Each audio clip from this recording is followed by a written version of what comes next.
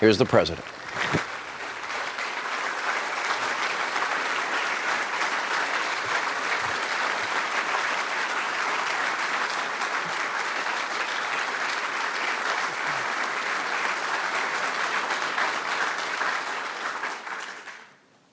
My fellow Americans, tonight I speak to you from the East Room of the White House regarding one of the most profound responsibilities of the President of the United States, and that is the selection of a Supreme Court justice.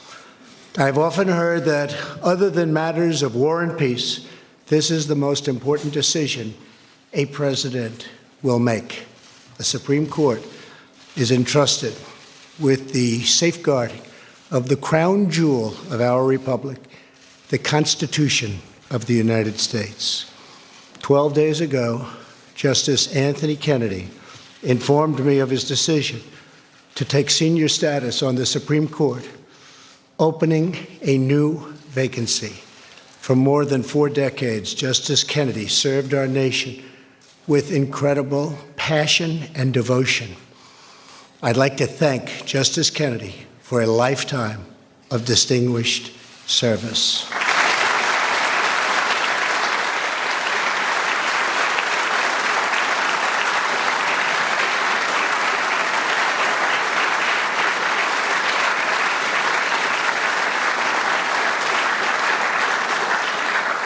In a few moments, I will announce my selection for Justice Kennedy's replacement. This is the second time I have been faced with this task. Last year, I nominated Judge Neil Gorsuch to replace the late, great Justice Antonin Scalia.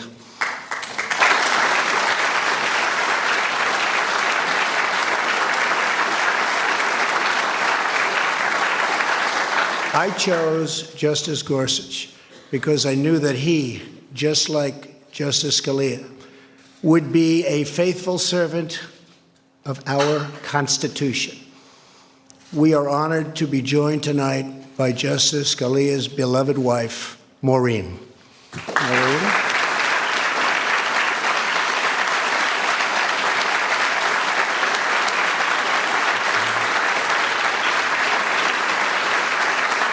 Thank you, Maureen.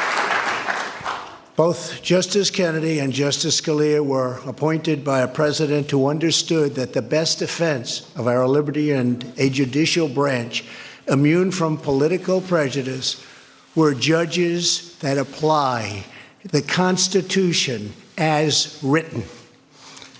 That president happened to be Ronald Reagan.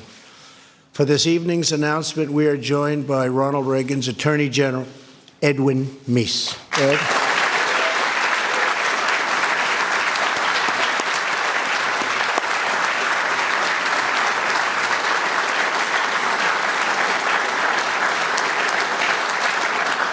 And Ed, I speak for everyone. Thank you for everything you've done to protect our nation's great legal heritage. In keeping with President Reagan's legacy, I do not ask about a nominee's personal opinions. What matters is not a judge's political views, but whether they can set aside those views to do what the law and the Constitution require. I am pleased to say that I have found, without doubt, such a person. Tonight, it is my honor and privilege to announce that I will nominate Judge Brett Kavanaugh to the United States Supreme Court.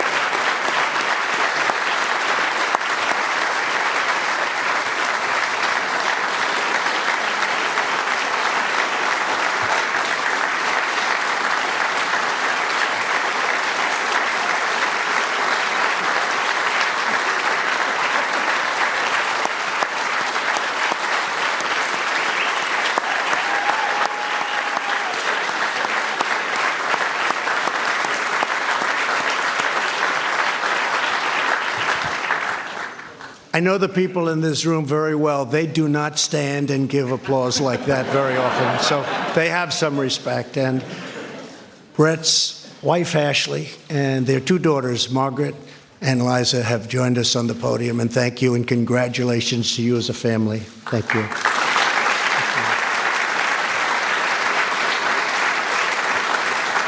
Judge Kavanaugh has impeccable credentials, unsurpassed qualifications, and a proven commitment to equal justice under the law.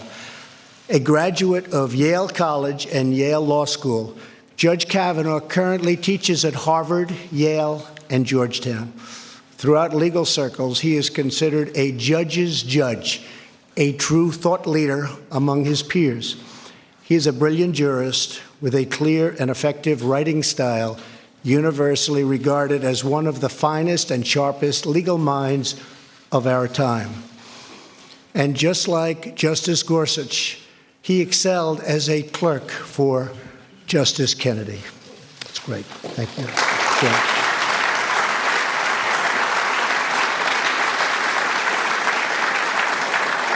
Judge Kavanaugh has devoted his life to public service. For the last 12 years, he has served as a judge on the D.C. Circuit Court of Appeals with great distinction, authoring over 300 opinions which have been widely admired for their skill, insight, and rigorous adherence to the law. Among those opinions are more than a dozen that the Supreme Court has adopted as the law of the land. Beyond his great renown as a judge, he is active in his community.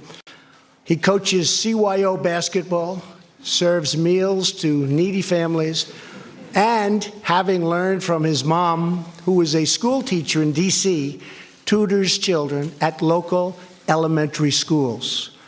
There is no one in America more qualified for this position, and no one more deserving. I want to thank the senators on both sides of the aisle, Republican and Democrat, for their consultation and advice during the selection process. This incredibly qualified nominee deserves a swift confirmation and robust bipartisan support. The rule of law is our nation's proud heritage. It is the cornerstone of our freedom. It is what guarantees equal justice. And the Senate now has the chance to protect this glorious heritage by sending Judge Brett Kavanaugh to the United States Supreme Court. And now, Judge, the podium is yours.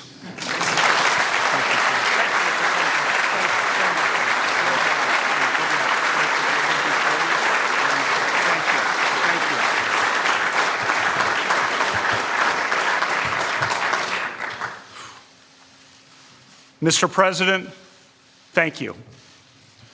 Throughout this process, I've witnessed firsthand your appreciation for the vital role of the American judiciary.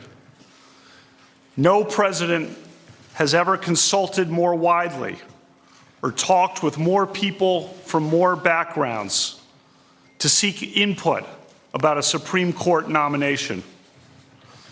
Mr. President, I am grateful to you, and I'm humbled by your confidence in me. Thank you. 30 years ago, President Reagan nominated Anthony Kennedy to the Supreme Court. The framers established that the Constitution is designed to secure the blessings of liberty. Justice Kennedy devoted his career to securing liberty. I am deeply honored to be nominated to fill his seat on the Supreme Court.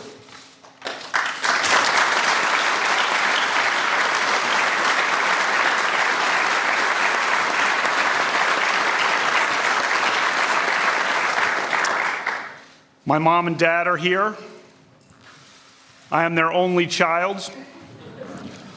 When people ask what it's like to be an only child, I say, it depends on who your parents are.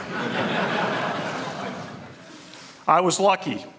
My mom was a teacher, In the 1960s and 70s, she taught history at two largely African-American public high schools in Washington, D.C., McKinley Tech and H.D. Woodson.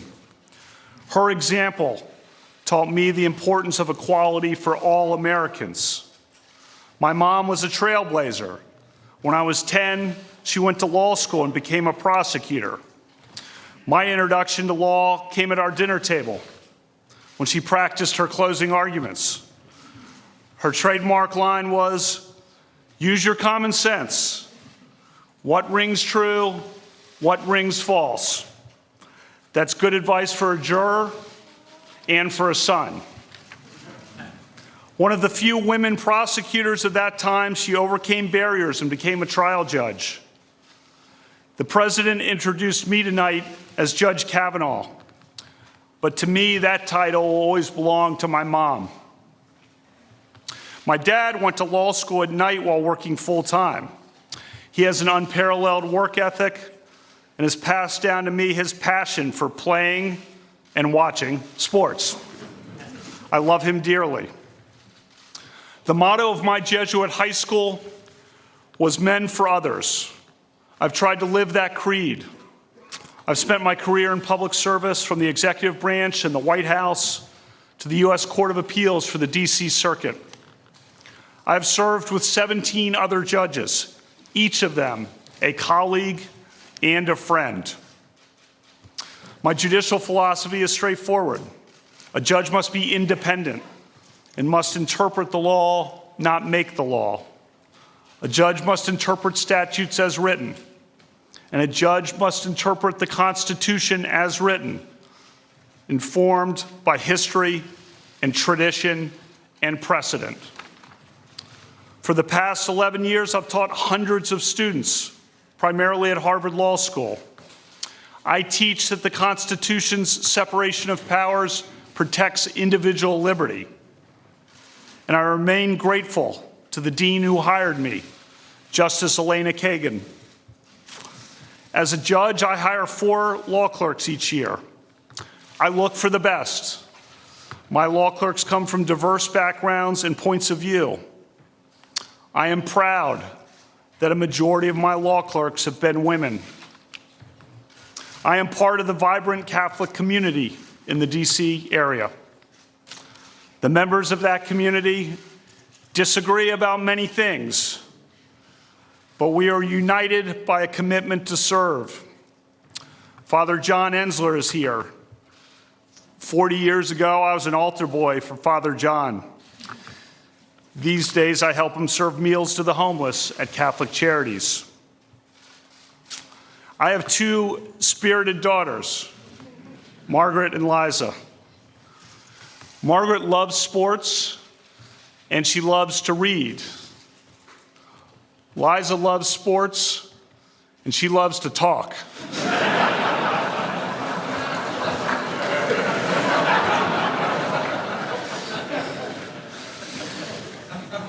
I have tried to create bonds with my daughters like my dad created with me. For the past 7 years, I have coached my daughter's basketball teams. The girls on the team call me Coach K.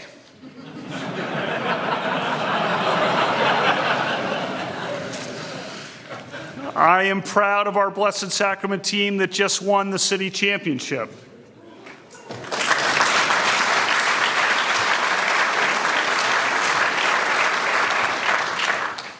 My daughters and I also go to lots of games. Our favorite memory was going to the historic Notre Dame-UConn women's basketball game at this year's Final Four. Unforgettable. My wife, Ashley, is a West Texan, a graduate of Abilene Cooper Public High School and the University of Texas. She is now the town manager of our community. We met in 2001 when we both worked in the White House. Our first date was on September 10th, 2001. The next morning, I was a few steps behind her as the Secret Service shouted at all of us to sprint out the front gates of the White House because there was an inbound plane. In the difficult weeks that followed, Ashley was a source of strength for President Bush and for everyone in this building. Through bad days and so many better days since then, she has been a great wife and an inspiring mom. I thank God every day for my family.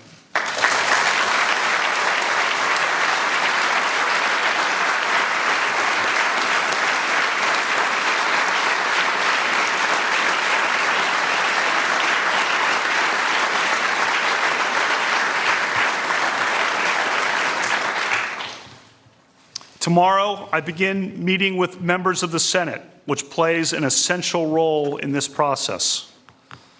I will tell each senator that I revere the Constitution. I believe that an independent judiciary is the crown jewel of our constitutional republic. If confirmed by the Senate, I will keep an open mind in every case, and I will always strive to preserve the Constitution of the United States and the American rule of law. Thank you, Mr. President.